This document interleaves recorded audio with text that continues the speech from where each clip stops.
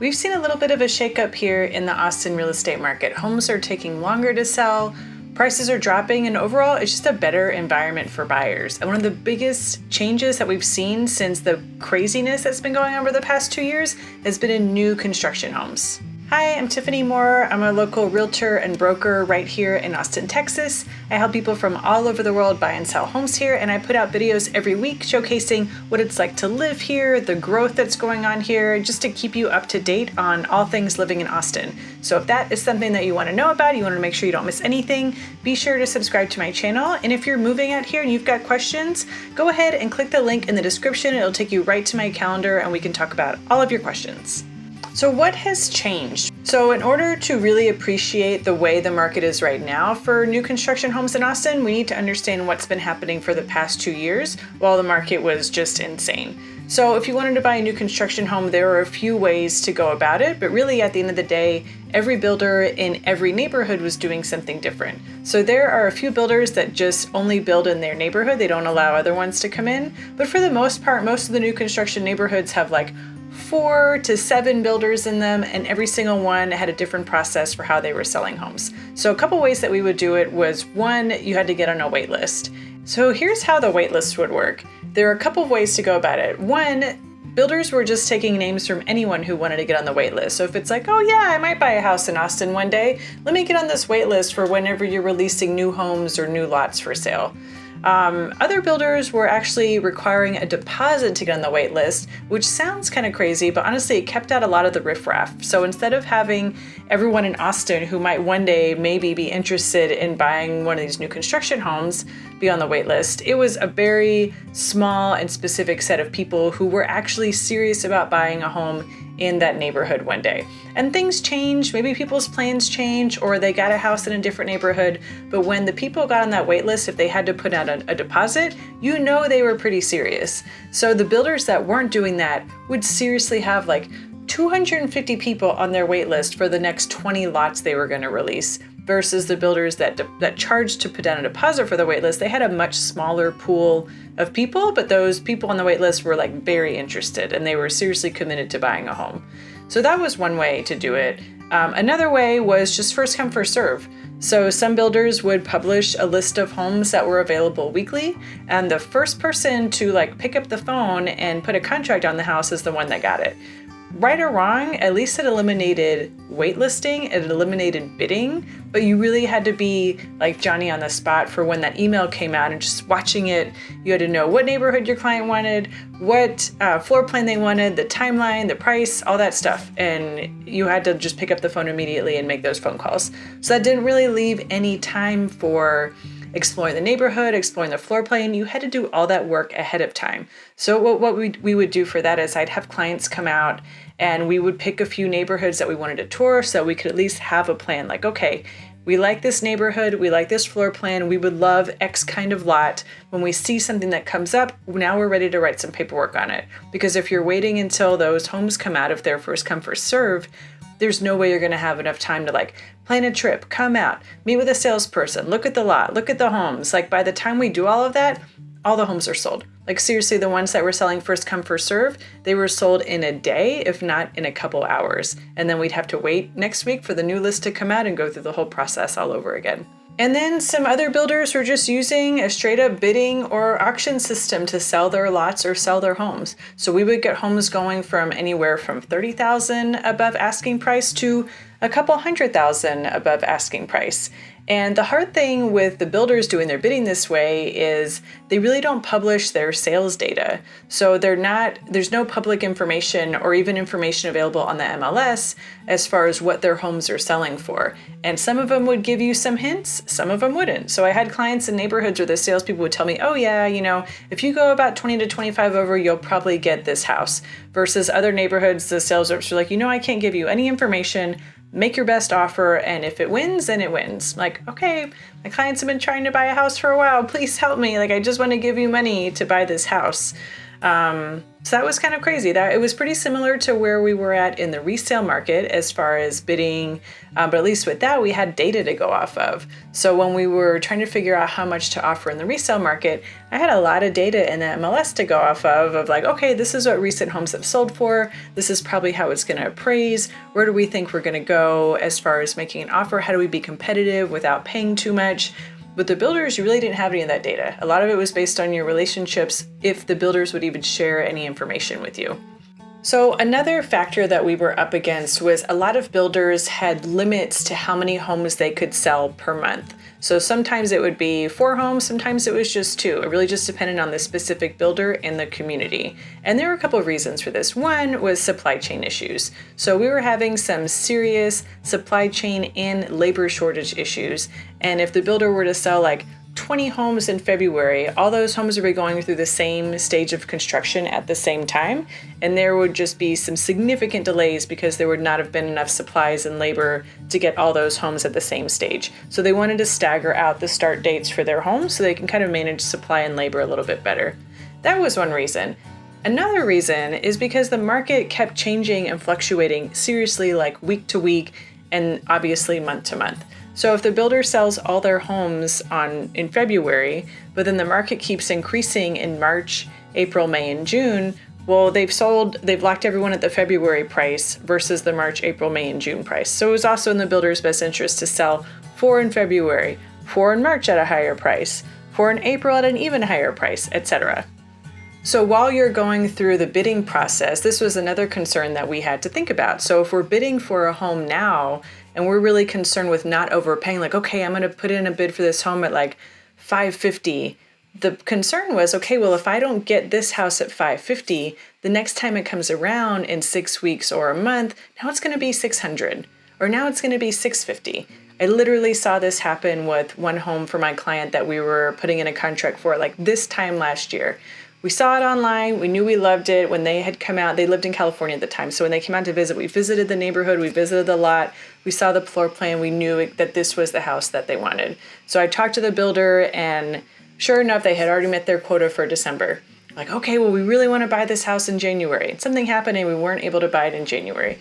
We couldn't get this house under contract until I think it was February. And in the time between when we first saw it, we knew we wanted it, and we could actually get it under contract, the price increased by $100,000 in a span of a month. And so knowing that they have this quota and knowing how fast prices were going up, like, one, this house was going to be sold under contract the next time they were able to write contracts.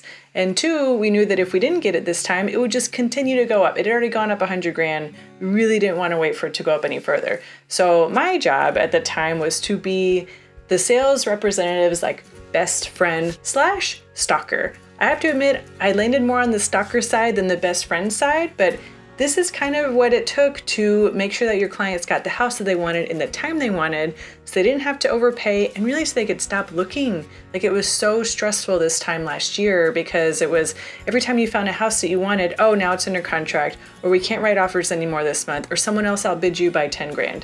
So we had all of the factors on our side. We knew that we wanted this house. So I am like calling the sales rep while he happens to be on vacation. I'm stopping by the office and dropping off cupcakes. I'm just showing up unannounced just to say hello and see if there's any developments. Like, I kind of just had to stalk their office and make sure, listen, I need you to know me. I need you to know that my clients want this house. What do we have to do to make it happen?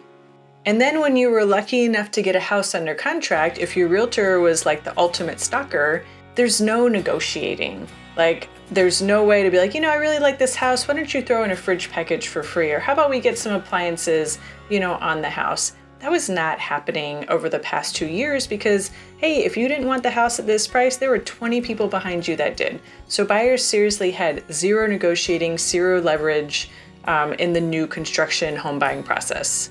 Another factor is because of the insane demand, builders could just not keep up with how many people wanted to buy houses all at one time. So when they used to allow you to pick out your flooring and your cabinets and your countertops and the paint colors and things like that. Most builders stopped doing that in the last 2 years so that they could build houses much more quickly and efficiently. So instead of letting the customer pick all those items out for their brand new house, it was usually salespeople or design people who work for the builders that were picking out still gorgeous options. Like, they were building really beautiful houses. They just weren't necessarily the customer's choices. So this should give you a good picture of what buying a new construction home has been like for the past 2 years. Kind of crazy. Like, it was a little bit of a nightmare because it was so stressful to either make the right bid, read your email at the right time of day, make a phone call as soon as possible, or make sure that we're getting on the wait list, or just stalking the sales reps to make sure that your clients could actually buy this house before it goes up by another $100,000 by next month. So what does it look like now?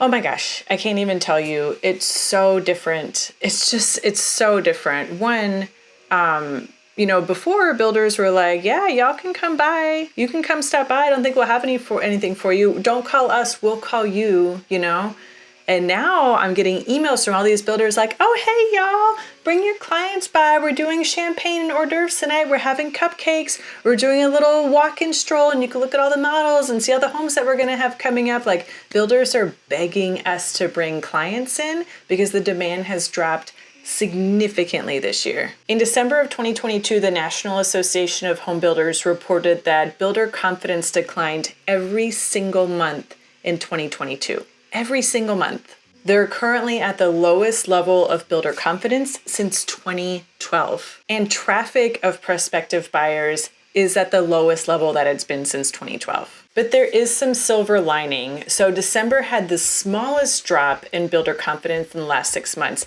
hopefully indicating that we may be close to bottoming out, that we may be close to hitting rock bottom, and maybe we're going to start pulling back out of this. In December, interest rates went down to 6.3% versus over 7%, and builders have higher sales expectations in the near future.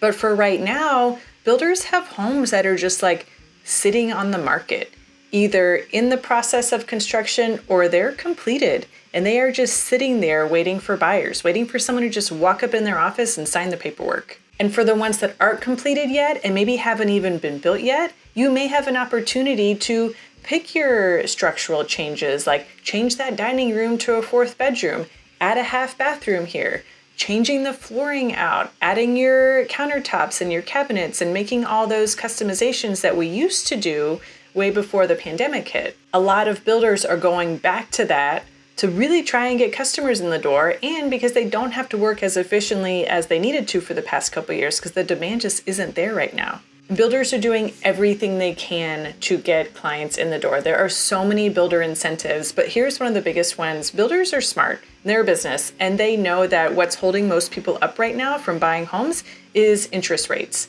So builders have usually offered lending incentives if you go with their preferred lender for the home. Their incentives right now are insane. They are offering very low interest rates. Basically what they're doing is they're buying down points for you. So instead of a 6.3% interest rate, you can get a 5.6 or a 4.9% interest rate, which is crazy. In addition to that, you have a lot more negotiating power. So they don't have 20 people behind you waiting to buy the same house. They're like hoping and praying that you walk in the door one day and want to buy one of their homes. So maybe we can negotiate on the price, or maybe there's something that can be thrown in for the same price so you don't have to pay anything extra. Maybe you can get gutters on the home, or you can upgrade from carpet to luxury vinyl at no cost. Like, there are so many things that we can negotiate now because buyers just have more power in general.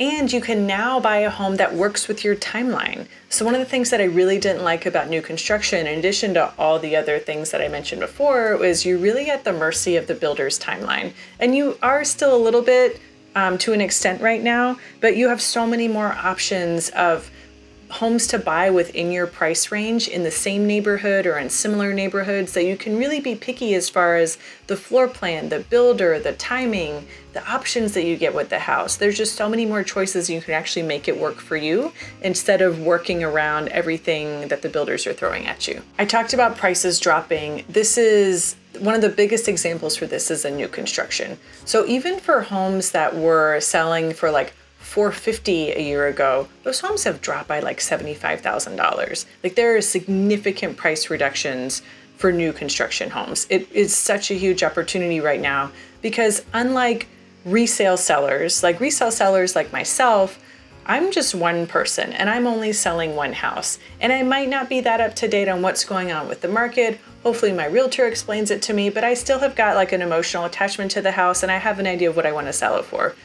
Builders are all about the numbers and they're all about the money. And they understand what's going on in the economy right now and they know what they have to do to get people in the door. So they're dropping prices pretty quickly to get people in to buy the home so they can move on to the next one and start more homes. So there is so much opportunity for buying any kind of home in Austin right now, but especially the biggest opportunity is for buying a new construction home. New construction is totally different than it was a year ago, and there will still be opportunity in 2023, but we expect to see real estate as a whole and new construction pick up speed a little bit this year. We've already seen interest rates drops from the really high rate, and I say really high as a relative term because we were seriously at like 2.5%, 2.8% before, and now they kind of peaked just above 7. They're at 6.3 today, like as of today when I'm filming this video, and hopefully we continue to see them drop a little bit, but I don't think that we're ever gonna go back to that 2.5 and 3%. So if you're waiting for everything to hit rock bottom, like for the real estate market to hit rock bottom before you jump in, we might be getting there. Like it's probably coming pretty soon if we're not there already. And if you're moving to Austin and you have any questions, click the link in the description, book a call with me. I am here to help you out.